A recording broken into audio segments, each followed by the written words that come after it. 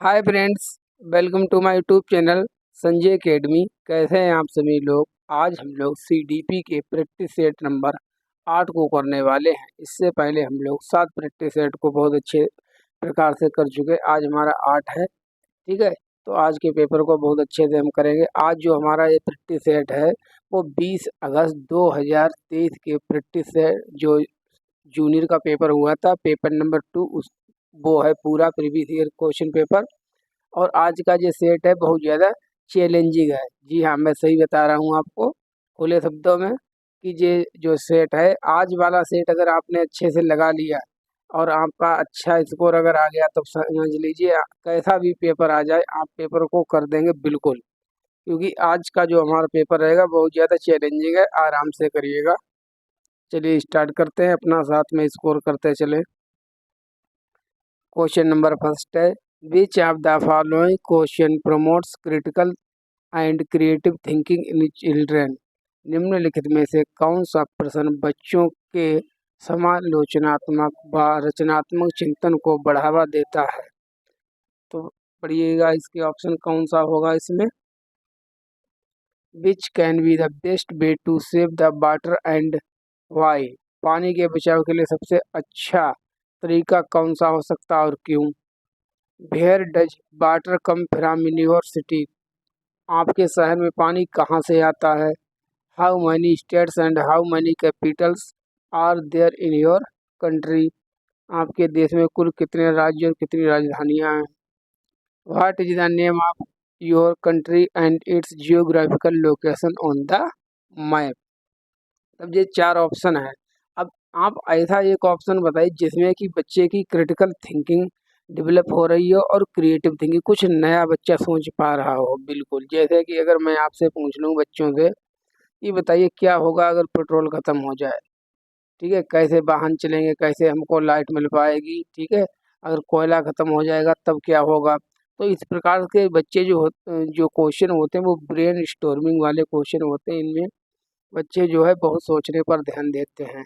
जो क्वेश्चन जो होते हैं, जो देखिए जो हाउ भाई से रिलेटेड होते हैं, वो क्वेश्चन होते हैं जिनसे कि सबसे ज़्यादा क्रिटिकल थिंकिंग और क्रिएटिव थिंकिंग डेवलप होती है। इसीलिए A is our right option, ठीक है। इसमें भाई आया है। और which can be the best method, हाँ ठीक है, यही वाला सही है। Question number second, what is the role of evidence in critical thinking. जो हमारी समालोचनात्मक चिंतन होता है उसमें प्रमाण, ठीक है, प्रूफ या एविडेंस की क्या भूमिका है। Evidence should be evaluated in a logical and systematic way. मतलब जो हमारे प्रमाण होते हैं उनको तार्किक और अच्छी प्रकार से मूल्यांकन उनका किया जाना चाहिए। Evidence should be accepted without analysis. Evidence को ऐसे ही स्वीकार कर लो, उसका कोई भी एनालिसिस ना करो या कि सही है कि गलत। Evidence is irrelevant. एविडेंस जो है वो कैसा इररिलेवेंट है, मतलब अप्रासंगिक है, सही नहीं है।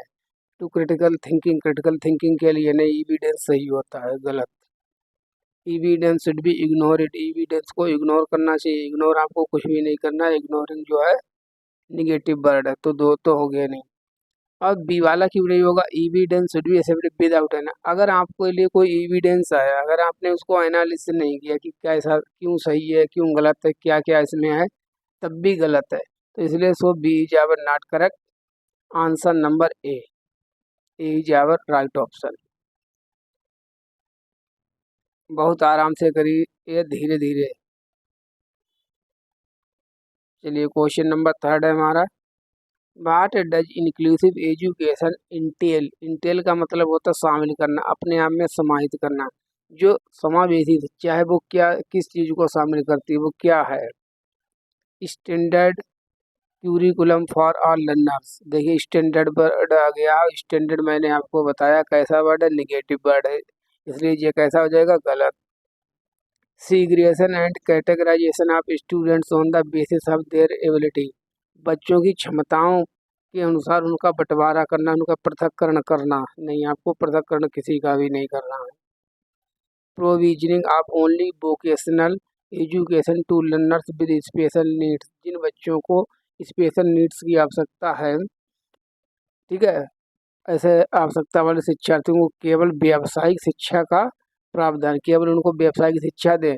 नहीं, सभी को सभी प्रकार की शिक्षा देनी है, चाहे वो स्पेशल चाइल्ड हो या वो सामान्य बच्चे हो। इसलिए हमारा सी गलत हो जाएगा।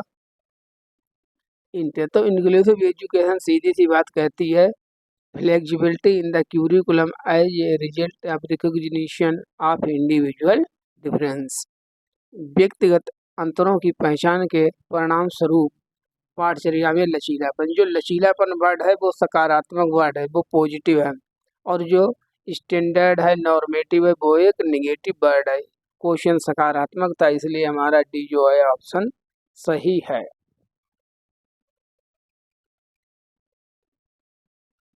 Question number 4, assertion and reason. ये क्वेश्चन बहुत पूछे जाते हैं। देखिए, इनकी ट्रिक मैं आपको बताऊं। इसमें दो चीज़ें होती हैं, एक असर्शन होता है, एक रीजन होता है। ठीक है, क्या क्या पॉसिबिलिटी हो सकती हैं? असर्शन और रीजन दोनों सही हो सकते हैं। ठीक है, दोनों सही हो सकते हैं, दोनों गलत हो सकते हैं। इतनी हो गई। अगर असर्शन गलत है तब उसकी एक्सप्लेनेशन कभी, रीजन कभी सही हो ही नहीं सकता। नहीं, ऐसा नहीं है। ठीक है, कुल मिला के आपको ये समझना है कि दोनों सही हो सकते हैं, दोनों गलत हो सकते हैं। असर्शन सही हो सकता है, रीजन गलत हो, रीजन गलत हो सकता है, असर्शन सही हो। इतनी पॉसिबिलिटी है। ठीक है, तो इसी प्रकार से हमको करना है। चलिए अब हम क्वेश्चन करते हैं। इसके ऑप्शन बहुत आराम से भरना, नहीं तो गलत हो जाता है। असर्शन ए क्या है? Jean Piaget and Lev Vygotsky differ in their perspective on the influence of language on cognitive development in children। मतलब कि जो वही है, जीन पियाजे और वाइगोट्स्की जो लोग हैं वो दोनों लोग डिफर करते हैं, एक दूसरे से भिन्नता रखते हैं किससे संबंधित? भाषा विकास और कोग्निटिव डेवलपमेंट से रिलेटेड। रीजन क्या इसका बताया जाता है? In discovery learning teacher provides opportunities, teacher opportunity देता है, and students drive information for themself. और खोज अधिगम में शिक्षक अवसर प्रदान करता है और विद्यार्थी स्वयं जानकारी प्राप्त करने के लिए उन्मुख होते हैं, मतलब कि ड्राइव करते हैं, अपने आप से स्वयं से जानकारी को प्राप्त करते हैं। तो इसमें दोनों हमारे सही है, असर्शन भी सही है और हमारा रीजन भी सही है। अब दोनों सही है। अब लेकिन लेकिन यहाँ पर रुकिए, ये एक्सप्लेन नहीं कर रहा है रीजन, क्योंकि रीजन में कहाँ डिस्कवरी लर्निंग की बात की जा रही है, ऊपर भाषा का विकास, भाषा विकास और संज्ञानात्मक विकास की बात की जा रही है, जिसमें जीन पियाजे और वाइगोट्स्की जी की बात की जा रही है। तो एक्सप्लेन नहीं करता है, लेकिन सही दोनों है। अब ये देख ले, दोनों सही वाला कौन सा है? D, both A and R true and R is the correct explanation of A. नहीं, ये तो एक्सप्लेनेशन वाला तो ये नहीं होगा। अब आ जाइए बी वाले पर, both A and R true but R is not correct explanation of A. सही तो दोनों है, लेकिन जो रीजन है वो एक्सप्लेन नहीं करता है, इसलिए B is our right option.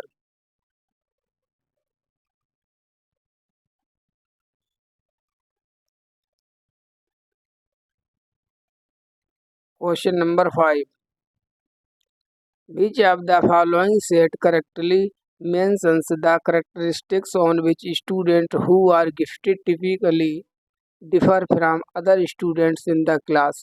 निम्नलिखित में से कौन सा समूह उन विशिष्टताओं का सही ढंग से उल्लेख करता है जो प्रतिभाशाली विद्यार्थियों और कक्षा के अन्य विद्यार्थियों के बीच आमतौर पर भिन्न होते हैं? आपको ये बताना है कि जो प्रतिभाशाली बच्चा होता है उसकी क्या क्या विशेषताएं होती हैं। एडवांस्ड डेप्थ ऑफ अंडरस्टैंडिंग जो है, उनको उनकी जो समझ होती है वो बहुत एक एडवांस लेवल की होती है। फास्ट पेस ऑफ लर्निंग, बहुत जल्दी जल्दी सीखते हैं, सही बात है। Higher dependence understanding on others for उनकी दूसरों पर अधिक निर्भरता होगी। नहीं, जो गिफ्टेड स्टूडेंट होते हैं वो उनकी निर्भरता नहीं होती है, ठीक है, वो इंडिपेंडेंस होते हैं ना कि डिपेंडेंस, इसलिए सी गलत हो गया। रैपिड फिजिकल डेवलपमेंट, उनका शारीरिक विकास तेजी से होता है, तो सी वाला तो होगा नहीं, सी कहाँ है वो काट दो। तो क्या बचा? D, A and B is correct. ऐसा जरूरी है उनका फिजिकल डेवलपमेंट बहुत तेजी से हो, तो ए और बी ही हमारा सही है। So option number D is correct. बहुत बहुत लेंथी क्वेश्चन है आज, और ऐसा ही ट्रेंड चल रहा है, ऐसे ही सेम क्वेश्चन पूछे जा रहे हैं, बिल्कुल लेटेस्ट का पेपर है। Which of the following statement is correct in the context of hearing impairment? Hearing impairment मतलब एक श्रवण बाधित है, एक बच्चा है जिसको सुनने में समस्या हो रही है, तो इसके लिए निम्नलिखित में से कौन सा कथन सही है? Hearing impairment can affect a child's ability to communicate effectively। जो श्रवण बाधिता है वे बच्चे के प्रभावी ढंग से बात करने की क्षमता को प्रभावित कर सकती है। हाँ, करती है, सुनाई कम देता है उन बच्चों को, तो वो कम्युनिकेशन करने में उनको प्रॉब्लम होती है, सही बात है। All children hearing impairment needs to use sign language to communicate, सभी के लिए साइन लैंग्वेज की आवश्यकता होती है। Hearing impairment of a child can be reliably tested by making loud noises near the child. बच्चे के पास तेज आवाज करके बच्चों को सुनने की अक्षमता, श्रवण बाधिता का विश्वसनीय तौर पर परीक्षण किया जा सकता है कि किसी व्यक्ति को अगर ऊंचा सुनाई देता है तो उसके पास जोर से जाकर बोल लो, तब आपको पता चल जाएगा कि ये व्यक्ति ऊंचा सुनता है या नहीं। डी क्या है? Hearing impairment is always due to physical problem with the ear. जो हीरिंग इम्पेयरमेंट है वो हमेशा जो है बच्चों में किसके कारण होता है? वो होता है फिजिकल, क्या है? Hearing impairment is always due to the physical problem, हमेशा फिजिकल प्रॉब्लम के कारण हो। तो देखिए जो सीधा सीधा इसका जो आंसर है, आंसर नंबर ए सही है, माना गया है कि जो हीरिंग इम्पेयरमेंट होता है, जिन बच्चों को सुनाई कम देता है उनको जो है संवाद करने में या संप्रेषण में समस्या होती है। तो A is our right option.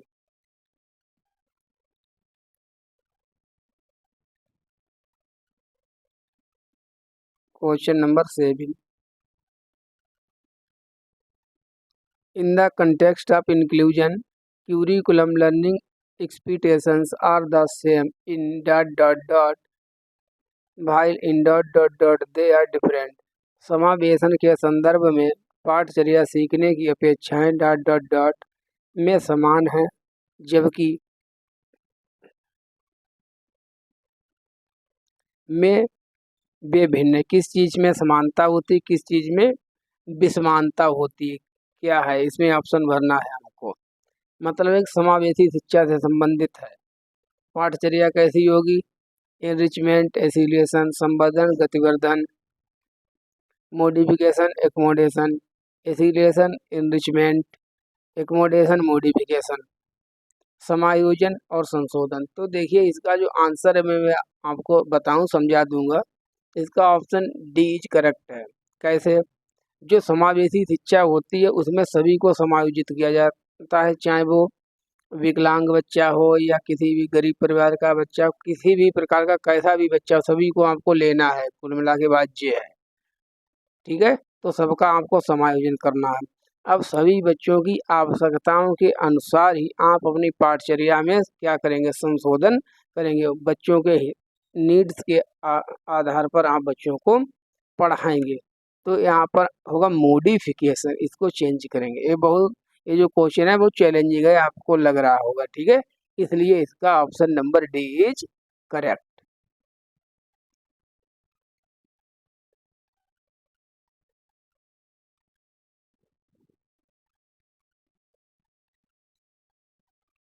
पढ़ते हैं आगे। क्वेश्चन नंबर 8 है हमारा। According to constructivist theorist, which of the following statement would not be correct? देखिए नॉट वाला है, इसको सर्किल कर लो पहले, नहीं है। नकारात्मक क्वेश्चन है,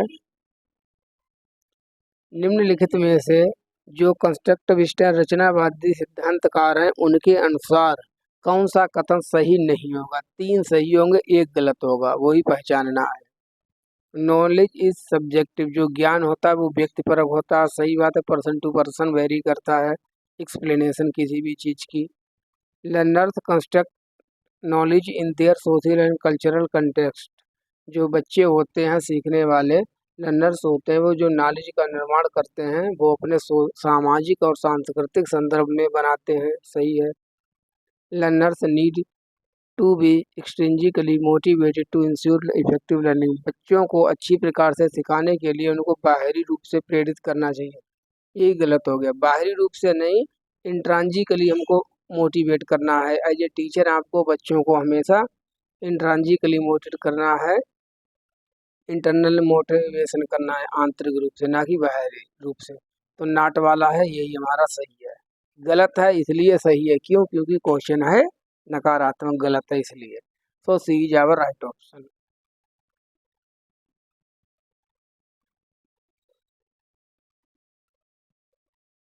ninth question, which of the following is an example of intrinsic motivation, निम्नलिखित में से कौन सा आंतरिक प्रेरणा का उदाहरण है। Completing the project to impress the teacher, अपने टीचर को इम्प्रेस करने के लिए प्रोजेक्ट को कंप्लीट करना जल्दी से जल्दी। Playing a musical instrument for personal enjoyment, एक इंस्ट्रूमेंट को चलाना अपने पर्सनल इंजॉयमेंट के लिए, आनंद के लिए, जैसे किसी को गिटार बजाना पसंद है, किसी को हारमोनियम बजाना पसंद है, किसी को ढोलक बजाना पसंद है। तो इससे क्या है, रियल है, अपने अंतरात्मा से कोई व्यक्ति काम करता है, ठीक है। तो यही हमारा जो है आंतरिक मोटिवेशन का उदाहरण हो जाएगा, आंतरिक प्रेरणा का उदाहरण हो जाएगा। So B is our right option. Question number 10,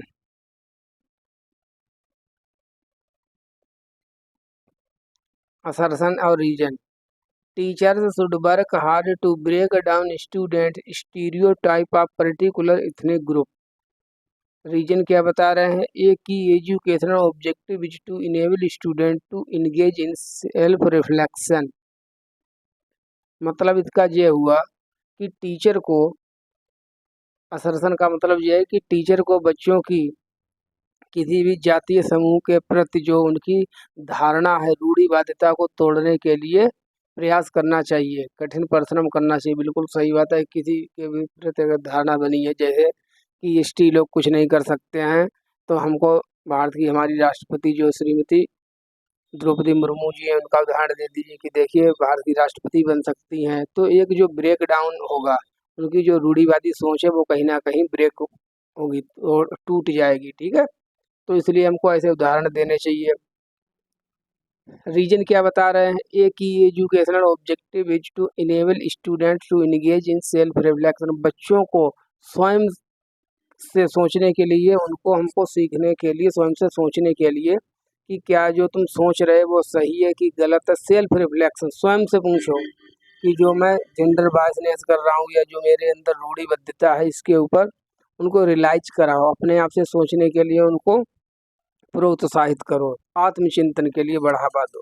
सही बात है, आत्मचिंतन करना चाहिए, तभी तो वो रूढ़िवादी सोच टूटेगी। तो ये तो हमारा सही हो गया, असर्शन सही है, रीजन है, रीजन भी सही है, और ये एक्सप्लेन भी सही कर रहा है। जब हम स्वयं से किसी जाति समूह के बारे में अपनी धारणा को बदलेंगे तो हमारी धारणा जो है, जो अलग अलग समूह हैं, ग्रुप है, उनके प्रति टूट जाएगी। तो इसलिए दोनों सही है, और रीजन जो है एक्सप्लेन भी सही रूप से कर रहा है असर्शन को। तब कौन सा होगा दोनों सही वाला?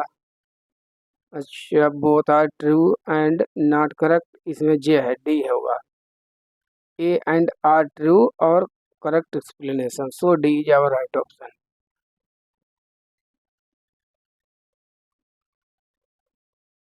देखिए कितना बड़ा क्वेश्चन है, ऐसे लेंथी लेंथी क्वेश्चन आते हैं, करिएगा। What is the difference between mastery goals and performance goals. बताइए परफॉर्मेंस गोल और मास्टरी गोल्स में अंतर क्या होता है। अब पहले समझ लो कि मास्टरी गोल्स क्या होते हैं और परफॉर्मेंस गोल होते क्या हैं।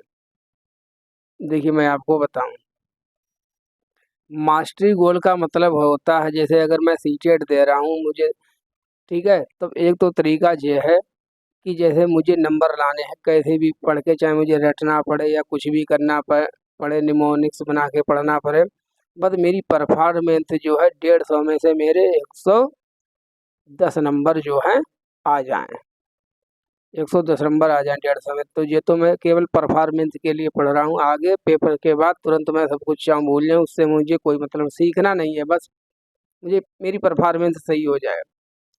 मास्टरी गोल क्या कहते हैं, मेरा जो गोल है वो मास्टरी करना सीखना है। जब हम अच्छी प्रकार से, मान लीजिए मेरी सीडीपी है, अगर मैं इसको अच्छी प्रकार से सीख लूँगा तो मैं, मेरा स्कोर भी अच्छा हो जाएगा, ठीक है, मेरी परफॉर्मेंस भी अच्छी होगी। अगर नहीं जो नौकरी मिली हमको कोई बात नहीं, हम सीडीपी पढ़ा के अपना कमाई कर लेंगे, कोई बात नहीं। तो सीखने पर, मास्टरी पर हमारा ध्यान होना चाहिए किसी भी चीज़ को, इसको कहते हैं हम मास्टरी गोल्स।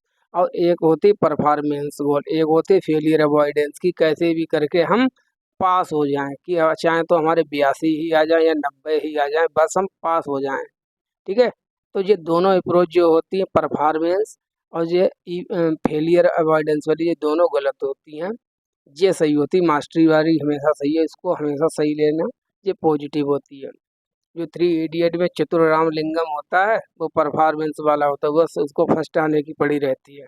और जो आमिर खान होता है वो मास्टरी गोल्स होते हैं उसके, वो सीखने पर ध्यान देते हैं। और राजू रस्तोगी होता है वो फेलियर अवॉइडेंस होता है, कि बस हम कैसी भी प्रकार से पास हो जाएं।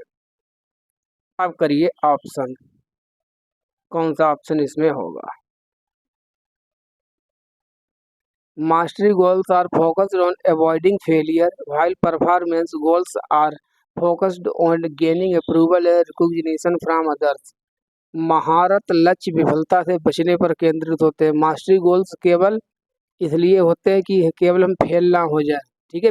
फेलियर अवॉइडेंस क्या ऐसा है, ऐसा नहीं है, तो गलत लिखा, उल्टा लिखा, इसलिए ये हो जाएगा गलत। Mastery goals are focus on improving one's own skill, जो मास्टरी गोल होते हैं वो अपनी स्किल को इम्प्रूव करने पर ध्यान देते हैं, समझने पर ध्यान देते हैं, टास्क को भाई परफॉर्मेंस गोल, जो हमारे परफॉर्मेंस गोल होते हैं, जो जैसा कि मैंने आपको बताया था कि बस 110 नंबर आ जाएं, मेरे इस बार 100 आए थे, अभी 110 आ जाए, परफॉर्मेंस मैं अपनी अच्छी करने चाह रहा हूँ। While performance goals are focused on achieving a high grade और receiving external rewards, और external reward को प्राप्त करने के लिए, तो इसका जो आंसर है, answer number B is correct, B इसमें हमारा सही हो जाएगा।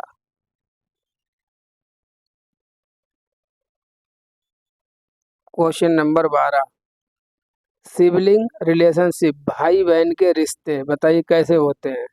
Are different than relationships with parents and peers and play an important role in socialization throughout childhood. माता पिता और साथियों के साथ संबंधों से भिन्न होते हैं और बाल्यावस्था में सामाजिकरण में महत्वपूर्ण भूमिका निभाते हैं। बी क्या है, are similar to relation sorry are similar to relationship with parents and peers and play an important role in socialization throughout childhood. माता पिता और साथियों के साथ संबंधों के समान और बाल्यावस्था में सामाजिकरण में महत्वपूर्ण भूमिका निभाते हैं।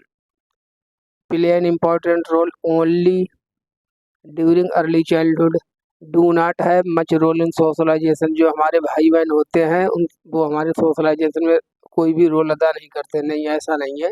जो हम हमारे भाई बहन हैं उनसे हमको बहुत कुछ सीखने को मिलता है, वो हमको बहुत कुछ बातें सिखाते हैं, तो वो हमारे सोशलाइजेशन में एक महत्वपूर्ण भूमिका निभाते हैं, तो डी तो इसलिए नहीं होगा।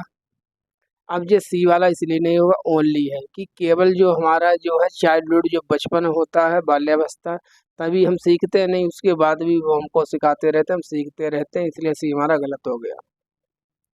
अब एक बात बताइए, क्या जो बात आप अपने भाई बहन से कर सकते हैं या दोस्तों से कर सकते हैं, क्या वो समान है? बहुत सी ऐसी बातें हैं जो हम अपने भाई बहन से नहीं कह सकते, लेकिन अपने दोस्तों से कह लेते हैं। और ऐसी बातें कुछ होती हैं जो हम अपने भाई बहन से कह लेते हैं, अपने मम्मी पापा से शेयर नहीं कर पाते हैं। इसलिए जो हमारा है ऑप्शन नंबर ए सही है। ए आयोग ने ए सही माना है। माता पिता साथियों के साथ संबंध से भिन्न होते हैं, बाल्यावस्था में समाजीकरण में महत्वपूर्ण भूमिका निभाते हैं।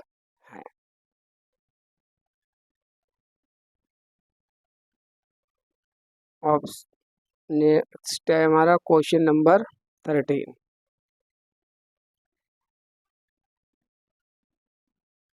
असर्शन। इस वाले सेट में जो है 5 क्वेश्चन पूछे गए out of 30 assertion and reason वाले। अब बताइए आप, 1/6 पेपर आ रहा है अकेले ही से, तो ये वाले क्वेश्चन बहुत ज़्यादा इम्पोर्टेंट हैं अब हम लोगों के लिए। Question number 13, considerable variations exist in developmental rates among children. मतलब बच्चों में विकास दरों में काफ़ी भिन्नताएं होती है। सही बात है, कोई भी इस संसार में दो बच्चे हैं, उनकी विकास की दर समान नहीं हो सकते। एक बच्चा, मान लीजिए दोनों बच्चे जो हैं, यहाँ पे समझिए, दो बच्चे हैं, दोनों 10-10 साल के हैं। एक तो 10 साल की उम्र में काफ़ी लंबा चौड़ा हो गया, मोटा हो गया, ठीक है, इसका विकास काफ़ी हो गया। और दूसरा जो है इस ये तो नाटा रह गया, ठीक है, इसकी लंबाई अभी नहीं बढ़ रही है, दुबला पतला है, इसका शारीरिक विकास और मानसिक विकास भी अभी ज़्यादा नहीं हुआ है। तो दरों में हमेशा अंतर होता है, ये बात हमेशा सही होती है।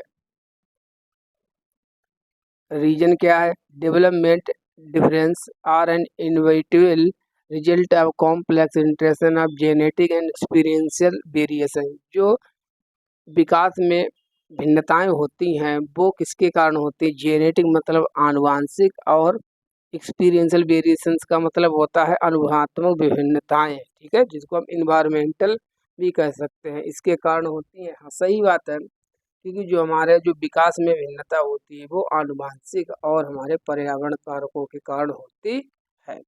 तो ये भी हमारा कैसा है? ये भी हमारा सही है, और ये एक्सप्लेन भी कर रहा है।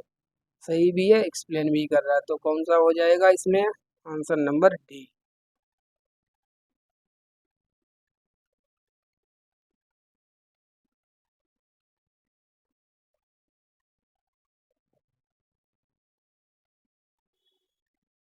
क्वेश्चन नंबर 14,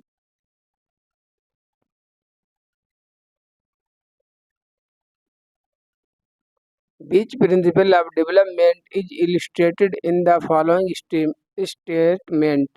निम्नलिखित में से विकास के किस सिद्धांत को दर्शाया गया है? ये यहाँ पर कथन बोला गया, अब बताना है कौन सा सिद्धांत इसमें लागू हो रहा है। Children who are deprived of a conducive environment for learning language in their early years have some difficulty in picking language later in life। जो बच्चे अपने शुरुआती वर्षों में भाषा सीखने के लिए अनुकूल वातावरण से वंचित रहते हैं, उन्हें बाद के जीवन में भाषा चुनने में थोड़ी कठिनाई होती है। इसका मतलब यह है, जैसे कोई बच्चा है, जब वो छोटा था तब उसको भाषा को सीखने के भाषा का उसको जो है प्रिंट रिच इन्वायरमेंट नहीं मिला, और उसकी जो भाषा सीखना है वो प्रभावित हो गया, तो क्या बाद के जीवन में भी उसको भाषा को सीखने में कठिनाई महसूस होगी? ये किस सिद्धांत की बात कर रहा है? Development of language is totally dependence of genetics. जो भाषा विकास है वो पूरी तरह से आनुवांशिकता पर निर्भर करता नहीं, टोटली नहीं करता, इसलिए गलत। दोनों पर करता है, इन्वायरमेंट और हेरिडिटी दोनों पर। लैंग्वेज एंड कोग्जिनेशन और कॉम्प्लेक्स इंटररिलेटेड। भाषा और अनुभूति जटिल रूप से परस्पर संबंधित हैं। आगे चलते हैं। Development is disorderly and unpredictable. विकास जो होता है अव्यवस्थित होता है, और इसकी हम जो है प्रिडिक्शन नहीं कर सकते, नहीं है विकास की हम भविष्यवाणी भी कर सकते हैं। विकास जो होता है वो हमेशा ऑर्डर में होता है, ऐसे एट रैंडम किसी भी दिशा में नहीं होता, इसलिए ये गलत। There is a sensitive period of language development. भाषा के विकास का एक संवेदनशील काल है। कौन सा काल है? Early years. बाद के जीवन में कठिनाई होती है। कोग्जिनेशन। तब हमारे पास इसमें दो ऑप्शन बचे हैं, या तो बी होगा या डी होगा। बताइएगा कौन सा होगा। तब इसमें जो देखिए इमोशंस की कोई भी बात नहीं की जा रही, कोग्निशन की कोई भी बात नहीं की जा रही। सीधी बात है, जब आपको जो हमारी 5 ईयर्स तक का जो जीवन होता है, ठीक है, 5 वर्ष तक की जो उम्र होती है, जो होती है लैंग्वेज डेवलपमेंट के लिए बहुत ज़्यादा क्रिटिकल पीरियड होता है, इम्पोर्टेंट पीरियड होता है। इस उम्र में बच्चे का जो है 85% जो है डेवलपमेंट हो जाता है। इसलिए D is our right option. There is a sensitive period of language development. जो बचपन होता है वो हमारी भाषा सीखने का एक इम्पोर्टेंट टाइम पीरियड होता है। Question number 15, student struggling with dyslexia can be टाट टू रीड। जो डिसलेक्सिया है एक बच्चे को, उसको क्या चीज़ करने में प्रॉब्लम होगी। कुल मिला के इनडायरेक्टली जो है डिसलेक्सिया के बारे में पूछा गया है। By encouraging them to study in multiple distractions. उन्हें कई विकर्षणों में अध्ययन के लिए प्रोत्साहित करना। By providing higher grade level reading text. उनको बहुत उच्च स्तर की जो पढ़ने के लिए सामग्री देनी चाहिए। Through use of strict punishment. उनको बहुत ज़्यादा स्ट्रिक्ट होकर हमको पढ़ाना चाहिए। Through systematic phonological training. उनको जो है अगर पढ़ने में प्रॉब्लम हो रही है तो उनको हमको फोनोलॉजिकल मतलब साउंड से संबंधित, ठीक है। जैसे अगर पढ़ने में दिक्कत हो रही तो हमने किसी लेक्चर को जो है उसका ऑडियो बनवा दिया, तो उन्होंने उस चैप्टर को ऑडियो के माध्यम से सुन लिया तो पढ़ लिया, तो ये चीज़ करने के लिए ठीक रहेगी, ठीक है। इसलिए D is our right option.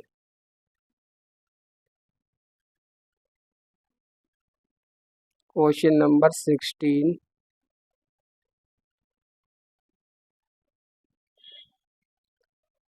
The underlying principle of understanding based learning teaching is the belief that. बोध आधारित शिक्षण का अंतर्निहित सिद्धांत यह विश्वास है कि, बताइए अंडरस्टैंडिंग बेस्ड टीचिंग क्या होती है, ठीक है। समझ आधारित शिक्षण क्या है। Learners ability and needs are diverse which cannot be catered to without focusing on standard instruction. Learners are passive recipient. अब पेसिव वर्ड आ गया, देखते हैं अगर पूरा पढ़ो ही मत कट कर दो, पेसिव होगा ही नहीं कुछ। Learners can construct knowledge when provided with a facilitative environment to do so. जब बच्चे जो होते हैं नॉलेज का निर्माण करते हैं, ज्ञान का निर्माण करते हैं, जब उनको सीखने के लिए जो है इन्वायरमेंट प्रोवाइड कराया जाता है ऐसा करने के लिए।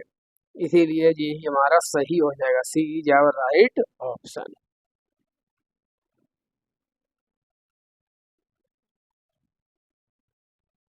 Next question number 17,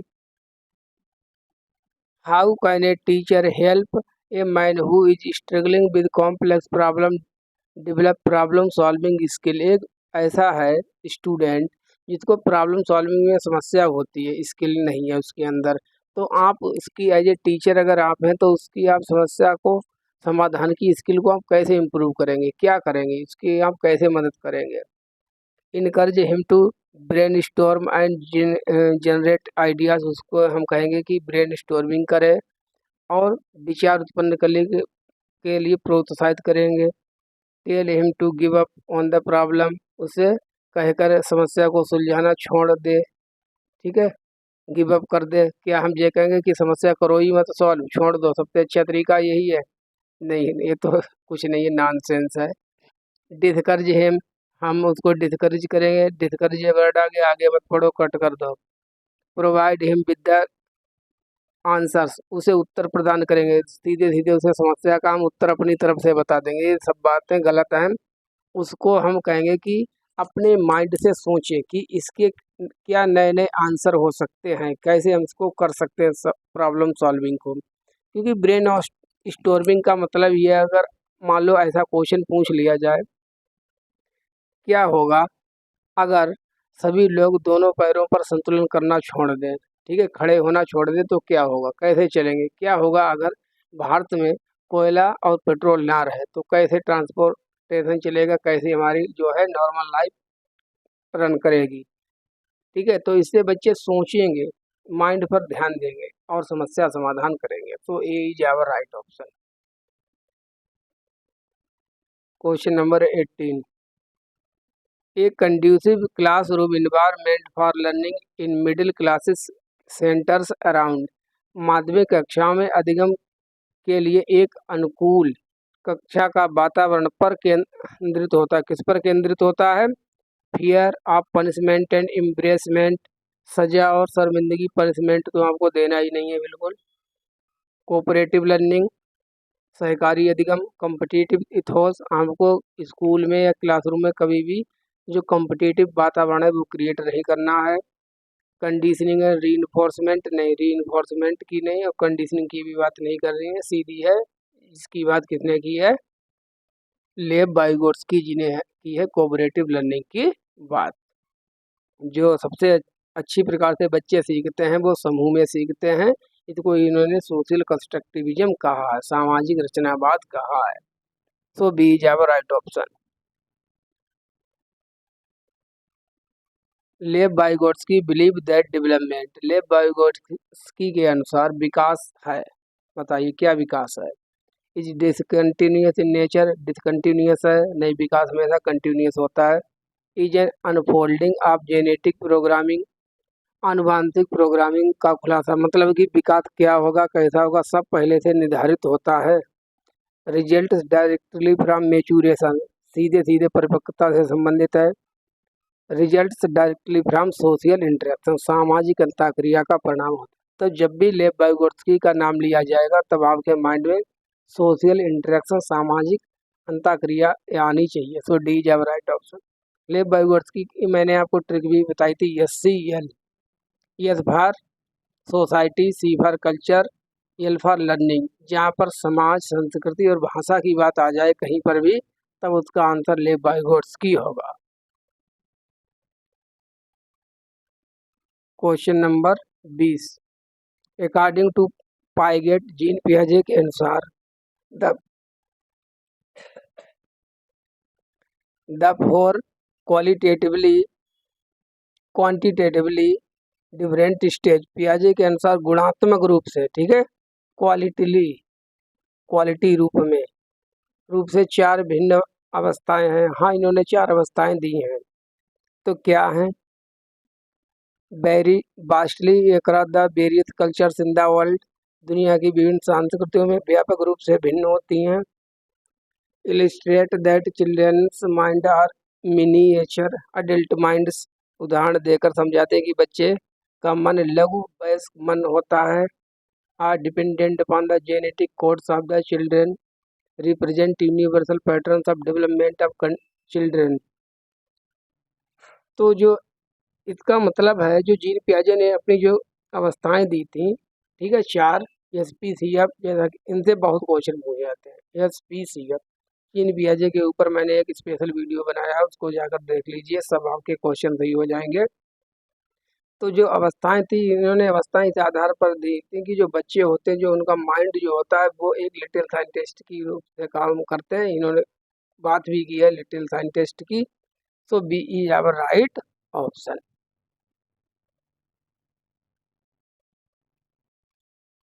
question number 21, in a progressive classroom, एक ऐसा प्रगतिशील कक्षा है उसमें विद्यार्थी, बताइए क्या करेंगे?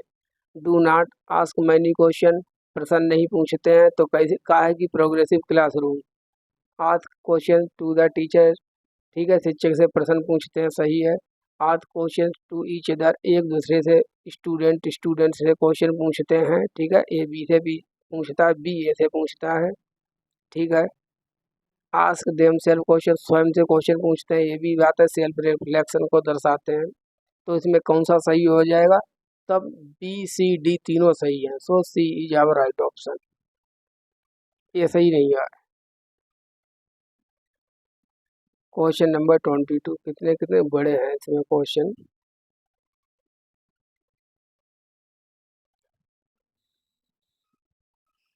विच of the following is a limitation of Piaget's theory of cognitive development. Jean पियाजे के संज्ञानात्मक विकास के सिद्धांत की सीमा क्या है, मतलब कमी क्या है। It over emphasize the role of language in cognitive development. ये कोग्निटिव डेवलपमेंट में भाषा को अधिक बल देता है। नहीं, भाषा पर तो जोर जो है सबसे ज़्यादा जीन पियाजे ने नहीं ले वाइगोट्स्की जी ने दिया है, तो ये तो गलत बात हो गई। It does not account for individual differences in cognitive development. ये कोग्निटिव डेवलपमेंट में जो है इंडिविजुअल डिफरेंसेस पर ध्यान ज़्यादा नहीं देती है। चलिए आगे पढ़ लेते हैं। It does not account for the role of biological factors in cognitive development. यह संज्ञानात्मक विकास में जैविक कारकों की भूमिका को ध्यान में नहीं रखता है। अच्छा, आगे क्या है। It does not account for the influence of culture and social factors on cognitive development. हाँ, इन्होंने जीन पियाजे ने कहा है कि जो संज्ञानात्मक विकास है वो समाज से प्रभावित नहीं होता, सोशल फैक्टर से प्रभावित नहीं होता, कल्चर से प्रभावित नहीं होता। यही इनके जो सिद्धांत है इसकी एक लिमिटेशन है, एक कमी है। So D is our right option.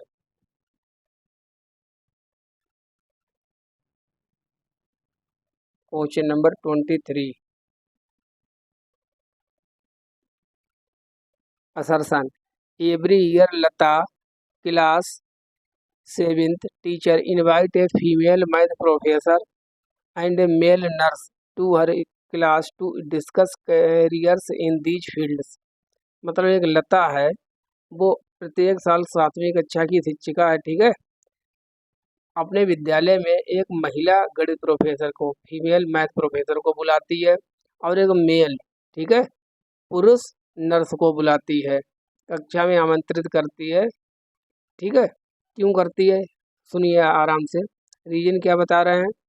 Gender difference are innate and not acquired through society. जो हमारे जो जेंडर भूमिकाएं होते हैं, जेंडर के जो अंतर होते हैं वो जन्मजात होते हैं, जन्म से निर्धारित होते हैं कि पुरुष कौन से काम करेंगे, महिलाएं कौन सी काम करेंगे। क्या ये जन्म से निर्धारित है? नहीं, जन्म से निर्धारित नहीं, समाज इनको बनाता है।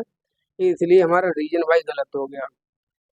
और ये जो असर्शन है वो सही है, क्योंकि बच्चों के माइंड में अगर धारणा बनी हुई है कि नर्स, तो नर्स का नाम लेते ही एक फीमेल की छवि आ जाती है कि नर्स होगी तो लड़की ही होगी। मैथ के प्रोफेसर सर होंगे तो कौन होगा, सर जी होंगे, मेल होंगे। तो इनकी धारणा को तोड़ने के लिए वो काम कर रही है, बहुत अच्छा काम कर रही है लता। तो इसलिए हमारा जो असर्शन है सही है, लेकिन रीजन गलत हो गया। अब देख लीजिए असर्शन किसमें सही है। बी नहीं, इसमें ए हो जाएगा। ए वाला ऑप्शन सही है। A is true but R is false. Question number 24। Expectations associated with being male or female are referred to as ... and these are learned ... मतलब पुरुष और महिलाओं से जुड़ी हुई अपेक्षाएं को कहा जाता है, क्या कहा जाता है, और इन्हें सीखा जाता है, कैसे सीखा जाता है। तो देखिए जो एक्सपेक्टेशंस हमारी जो होती है, जैसे मेल है फीमेल है, तो इनको हम क्या कहते हैं, जेंडर रोल कहते हैं, जेंडर कंसिस्टेंसी कहते हैं, जेंडर स्टीरियोटाइप कहते हैं, जेंडर बायस कहते हैं। आगे पढ़ते हैं। Through out childhood into adulthood, initially during adolescence, only during middle childhood, mainly during early childhood. इनको सीखा कैसे जाता है, जो हम शुरुआती जीवन होता है उसमें जो रोल सीखते हैं कि ठीक है, तो जेंडर रोल नहीं होता, इसको हम क्या कहेंगे, जेंडर बायस कहते हैं, मेनली ड्यूरिंग चाइल्डहुड। जो शुरुआती जीवन होता है उसी समय हमारे मन में भर दिया जाता है कि तुम लड़की हो तो अलग खेलोगी लड़कों से, ठीक है, लड़की हो तो डॉल से खेलोगी, और लड़का हो तो एक कार से खेलोगे। ये चीज़ें शुरुआती जीवन में ही भर दी जाती है, इसको हम जेंडर बायस कहते हैं, जेंडर पूर्वाग्रह कहते हैं। So D is our right option. Question number 25। Which of the following view about intelligence support the respectful consideration of diversity among learners? बुद्धि के संदर्भ में निम्नलिखित में से कौन सा दृष्टिकोण शिक्षार्थियों के बीच विविधता के सम्मानपूर्ण विचार का समर्थन करता है, ठीक है। तो बताइएगा कौन सा इसमें होगा। Intelligence is not influenced by environmental factors, क्या इंटेलिजेंस जो है वो वातावरण के द्वारा प्रभावित नहीं होती है? बिल्कुल प्रभावित होती है। Intelligence is not influenced by genetic factor, जो बुद्धि है वो आनुवंशिकता के द्वारा प्रभावित नहीं होती, नहीं इससे भी होती है। IQ test are the only measure of intelligence, जो IQ टेस्ट हैं केवल एकमात्र बुद्धि के परीक्षण का साधन है, नहीं एकमात्र साधन नहीं है। इंटेलिजेंस इज मल्टी डायमेंशनल, जो बुद्धि होती है वो बहुआयामी होती है, कैन चेंज ओवर टाइम, और टाइम टू टाइम चेंज हो सकती है। हॉवर्ड गार्डनर का सिद्धांत है, आप याद कीजिए, उन्होंने 8 प्रकार की बुद्धि बताई, जैसे लॉजिकल है, ठीक है, म्यूजिकल है, और उन्होंने संगीतिक बुद्धि बताई, इस प्रकार से नेचुरलिस्टिक बताई है, एग्जिस्टेंशियल बताई है। इस प्रकार से 8 प्रकार की बुद्धि बताइए कि अलग अलग प्रकार मनुष्य में अलग अलग प्रकार की होती है। इंटरपर्सनल होती है, इंट्रापर्सनल होती है, तो बुद्धि मल्टी डायमेंशनल होती है। So D is our right option.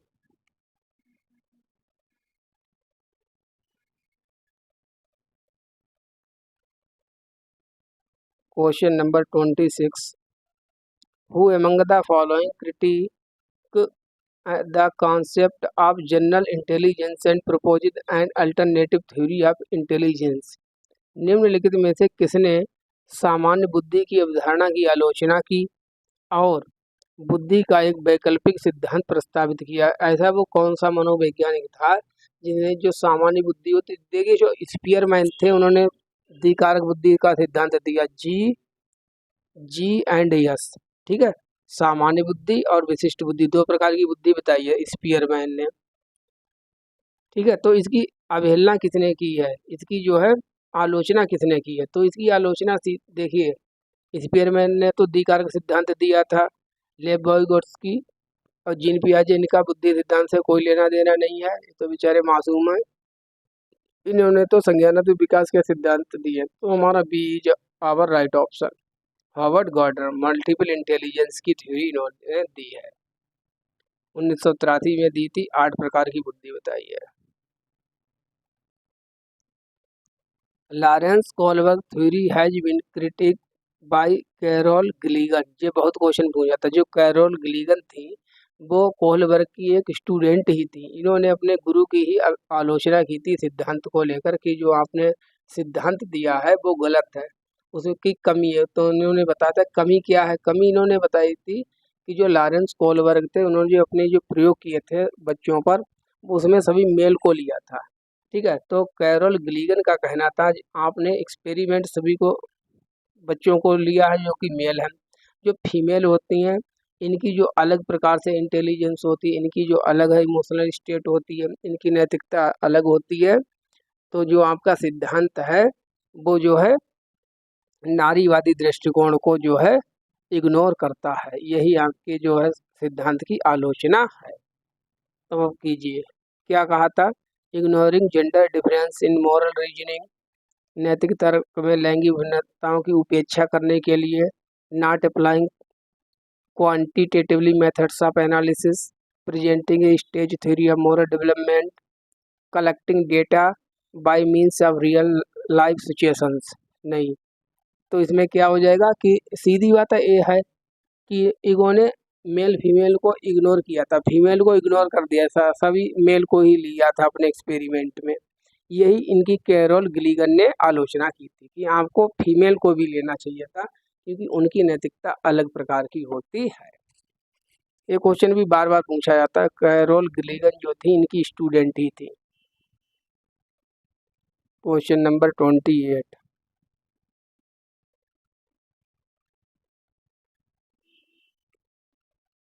आज का सेट बहुत ज़्यादा मोस्ट इम्पोर्टेंट है। क्वेश्चन नंबर 28 क्या है? A teacher wants to help her student develop meta cognitive skills, which of the following strategies would be the most effective. मतलब एक शिक्षिका है वह अपने विद्यार्थियों को अधिसंज्ञानात्मक मतलब मेटा कोग्निटिव कौशल विकसित करने में मदद करना चाहती है, निम्नलिखित में से कौन सी रणनीति सबसे प्रभावी होगी? बताइएगा। चलिए इसके ऑप्शन पढ़ते हैं। Providing frequent grades and feedback to motivate students, विद्यार्थियों को प्रेरित करने के लिए लगातार ग्रेड और प्रतिपुष्टि प्रदान करना। Encouraging student to reflect on their own learning and evaluate their progress, बच्चों से कहेंगी कि स्वयं से अपना जो है इवेल्युएशन करो, स्वयं के बारे में सोचो। ठीक है, अब मैंने आपको ध्यान कीजिए मैराथन क्लास में पढ़ाया है व्हाट इज मेटाकोग्निज्म। ठीक है, मेटाकोग्निटिव डेवलपमेंट क्या होता है? जब व्यक्ति अपने आप के बारे में स्वयं के बारे में सोचता है, thinking about thinking, awareness about awareness, स्वयं के बारे में समझ, स्वयं के बारे में सोच, इसको ही हम कहते हैं मेटाकोग्निटिव डेवलपमेंट, संज्ञानात्मक विकास, परासंज्ञानात्मक विकास। तो इसलिए हमारा बी जो है वो सही हो जाएगा। सी क्या है? Signing text to student, memorize नहीं, मेमोराइज आपको कुछ नहीं करना है। Providing student with detailed and prescriptive instruction for all learning task, नहीं, बकवास है। तो B is our right option. Question number 29 देखिए, आपने देखो कितने ज़्यादा जी आ रहे हैं question. Assertion and reason why, जिसने भी ना किया हो तो टॉप 50 क्वेश्चन है असर्शन एंड रीजन के मैंने कराए हुए हैं, उसमें आपकी कंप्लीट CDP भी इम्प्रूव हो जाएगी, पूरी का रिवीजन भी हमने करवाया है। आप उन वीडियो को जाकर देख लीजिएगा, टॉप 50 क्वेश्चन है, उससे बाहर आपका क्वेश्चन नहीं जाएगा, बिल्कुल लिख के ले लीजिए। Question number 29, teacher should ask student to identify their own examples and non examples of the concept for strengthening the concept, मतलब शिक्षक को संकल्पना को अच्छी प्रकार से सिखाने के लिए उदाहरण और गैर उदाहरणों का प्रयोग करना चाहिए। रीजन क्या बता रहे हैं? Thinking of examples need leads to strengthening of the concept with by non examples tend to confuse the student, और जो गैर उदाहरण होते हैं वो स्टूडेंट को कंफ्यूज करते हैं। तो पहले समझ लीजिए, जैसे मैं आपको पढ़ा रहा हूँ, देखिए जीन पियाजे,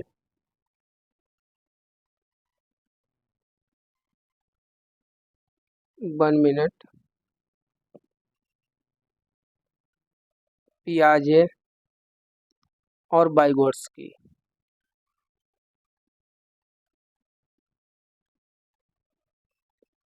पियाजे और बाइगोट्स्की। पियाजे कहते हैं कि बालकों में जो है पहले उनका संज्ञानात्मक विकास होता है, ठीक है, डेवलपमेंट होता है, उसके बाद भाषा का विकास होता है, लैंग्वेज डेवलपमेंट होता है। जबकि लेव वाइगोट्स्की कहते हैं कि पहले बच्चों में भाषा का विकास होता है, उसके बाद उनका संज्ञानात्मक विकास होता है। तो देखिए दोनों लोग यहाँ पर डिफर करते हैं, एक दूसरे से अंतर है इन दोनों में। अगर मैं आपको जीन पियाजे पढ़ा रहा हूँ और मैंने आपको बता दिया कि पहले बच्चों का विकास होता है, संज्ञानात्मक विकास, उसके बाद भाषा का विकास होता है, तो ये तो उदाहरण हो गया। बाद में हमने साथ में एक गैर उदाहरण नॉन एग्जाम्पल ये भी आपको बता दिया वाइगोट्स्की के बारे में। तो ये बताइए, जब हम दोनों के बारे में समझा देंगे तब आपकी जो क्लियरिटी है वो ज़्यादा हो जाएगी क्वेश्चन की, कि अगर वाइगोट्स्की का आएगा तब हमको ये देखना है कि पहले लैंग्वेज होती है बाद में विकास होता है। तो इस जो हमारे एग्जाम्पल्स और नॉन एग्जाम्पल्स होते हैं जो हमारे सीखने को बूस्ट करते हैं, ठीक है, इम्प्रूव करते हैं, अच्छा बनाते हैं, ना कि कंफ्यूज करते हैं। इसलिए जो हमारा असर्शन होगा वो कैसा हो जाएगा? वो बिल्कुल 100% सही है। और जो रीजन है, रीजन गलत हो गया क्योंकि इन्होंने कहा है नॉन एग्जाम्पल से हम कंफ्यूज हो जाते हैं। कंफ्यूज नहीं हो जाते हैं बल्कि कंसेप्ट की क्लियरिटी हमको आ जाती है। So it is not correct.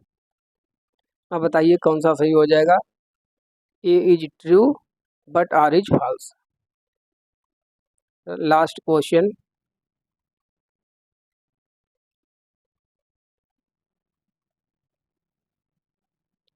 General principle of learning suggest that student learn better if a teacher, अधिगम के सामान्य सिद्धांत बताते हैं कि विद्यार्थी बेहतर रूप से सीखते हैं यदि शिक्षक, बताइए स्टूडेंट कब अच्छी प्रकार से सीखेंगे?